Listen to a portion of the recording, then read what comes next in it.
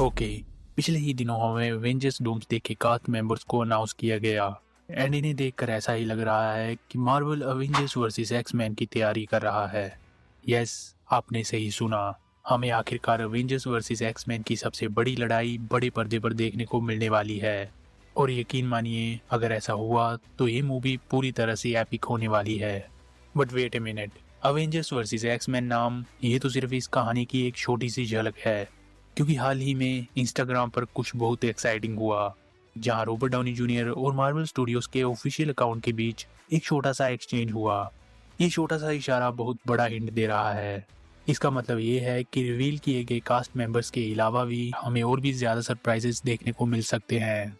जहां इस मूवी में ज्यादातर डॉक्टर डूम के हंगामे पे फोकस किया जाएगा, बट इसके अलावा एक्स-मैन, फैंटास्टिक फोर, स्पाइडरमैन और मोनिका रैम्बो इस बैटल में बहुत ही इंपॉर्टेंट रोल निभाने वाले हैं। सो इस वीडियो में हम अवेंजर्स डूम्सडे के बारे में ब्रीफली बात करेंगे। इसमें क्या क्या प्लॉट्स, पॉसिबिलिटीज और कौन कौन से सुपर हीरोज देखने को मिल सकते हैं, इस पे हम बात करने वाले हैं। इसलिए वीडियो के एंड तक बने रहना, क्योंकि this is going to be very interesting. Oh, Rosie, I love this boy.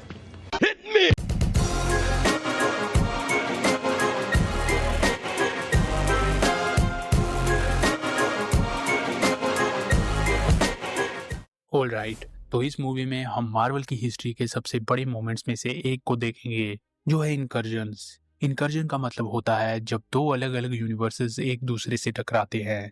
अगर ऐसा होता है तो सिर्फ एक ही यूनिवर्स बच सकता है, या फिर इस टक्कर में दोनों पूरी तरह से खत्म हो सकते हैं।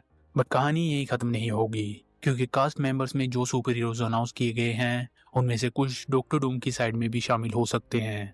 ऐसा क्यों होगा? क्योंकि हर किसी की अपनी सोच होती है एंड कुछ को ये लगेगा कि सिर्फ डूम ही इस तबाही को रोक सकता है। सो मार्वल स्टूडियोज कुछ ऐसा करने जा रहा है जो पहले कभी किसी सुपर हीरो मूवी में नहीं हुआ, क्योंकि एवेंजर्स डूम्सडे में हम एक मल्टीवर्सल इनकर्जन को रियल टाइम में होते हुए देखेंगे एंड हमें दो यूनिवर्सेस को एक दूसरे से टकराते हुए दिखाया जाएगा। एक तरफ है अर्थ 616 यानी एमसीयू का मेन यूनिवर्स, एंड दूसरी तरफ एक अलग यूनिवर्स होगा जो है एक्स-मैन का यूनिवर्स। तो इससे ये सवाल उठता है कि ये एक्स-मैन कौन से यूनिवर्स से आ रहे हैं। सो एक्स-मैन का ये वर्जन कोई रैंडम वर्जन नहीं होगा। मार्वल स्टूडियोज इन्हें उसी तरह एमसीयू में लेकर आ रहा है जैसे उन्होंने डेयरडेविल के साथ किया था। आपको याद ही होगी, अर्थ 0005 यही वो यूनिवर्स था जहां ब्रायन सिंगर द्वारा डायरेक्ट की गई पुरानी एक्स-मैन मूवीज सेट थी। सो अब सब कुछ एमसीयू से लिंक हो रहा है। मार्वल इन मूवीज को रिबूट नहीं करेगा, बल्कि फैंस जिन एक्स-मैन कैरेक्टर्स को पहले से ही जानते हैं और पसंद करते हैं वो वापिस आने वाले हैं।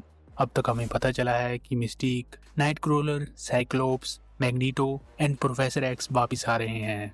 बट इनके अलावा according to some rumours, Jean Grey और स्टॉर्म भी हमें इस मूवी में देखने को मिलेंगी और इन्हें फिर से हाले बेरी और फार्म के जेनसन ही निभा रही होंगी, जिससे ये आइकॉनिक एक्स-मैन टीम पूरी हो जाएगी। इसके अलावा डेडपूल एंड वोल्वरिन का नाम कास्ट अनाउंसमेंट से तो मिसिंग था, बट काफी इनसाइडर्स का कहना है कि ये 100% पॉसिबिलिटी है कि ये दोनों एवेंजर्स डूम्सडे में देखने को मिल जाएं।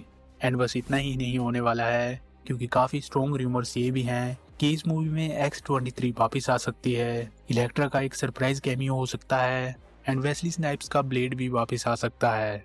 बट सबसे इंटरेस्टिंग रूमर ये निकल के आ रहा है कि निकोलस केज फिर से घोस्ट राइडर के रूप में वापिस आ सकते हैं। सो सुनने में ये सब काफी वियर्ड लग सकता है, क्योंकि पहले ही मार्वल हमारे सामने ढेर सारे नाम पेश कर चुका है एंड उस पर इन सब रूमर्ड सुपर हीरोज की एंट्री अवेंजर्स डूम्सडे को और भी ज्यादा बड़ा प्रोजेक्ट बना रही है। आपको द मार्वल्स का पोस्ट क्रेडिट सीन तो याद ही होगा। इसमें हमने देखा था कि मोनिका रैम्बो एक दूसरे यूनिवर्स में जागती है और वहां पे उसे बीस्ट मिलता है जो प्रोफेसर एक्स का जिक्र करता है। ये सीन मार्वल ने यूं ही नहीं डाला था, क्योंकि ये एवेंजर्स डूम्सडे के मल्टीवर्सल केओस को सेटअप कर रहा था।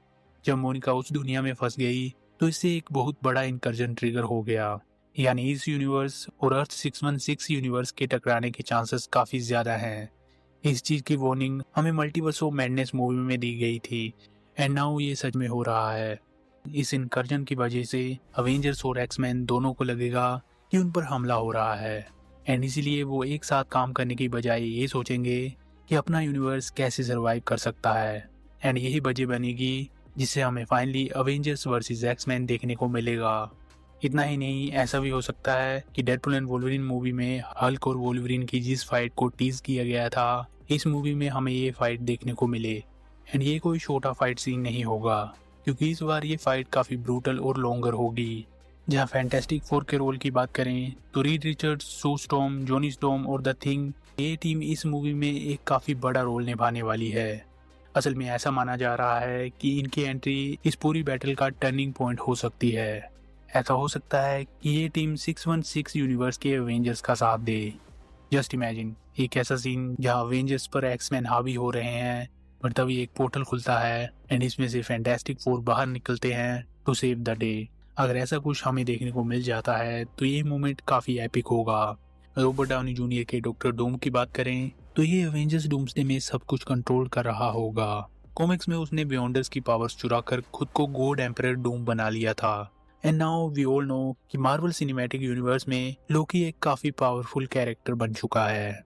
सो अगर डॉक्टर डूम को लोकी की टाइम और स्पेस पर पकड़ के बारे में जानकारी मिल जाती है तो ये उसे अपना अगला टारगेट बना सकता है, जहाँ डॉक्टर डूम लोकी की एबिलिटीज को ऑब्जर्व करके मल्टीवर्स का अल्टीमेट रूलर बनने की कोशिश करेगा।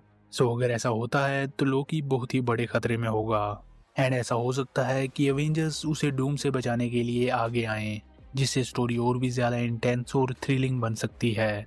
लोकी के पास टाइम और स्पेस को कंट्रोल करने की ताकत है एंड डूम इसे जरूर पाना चाहेगा।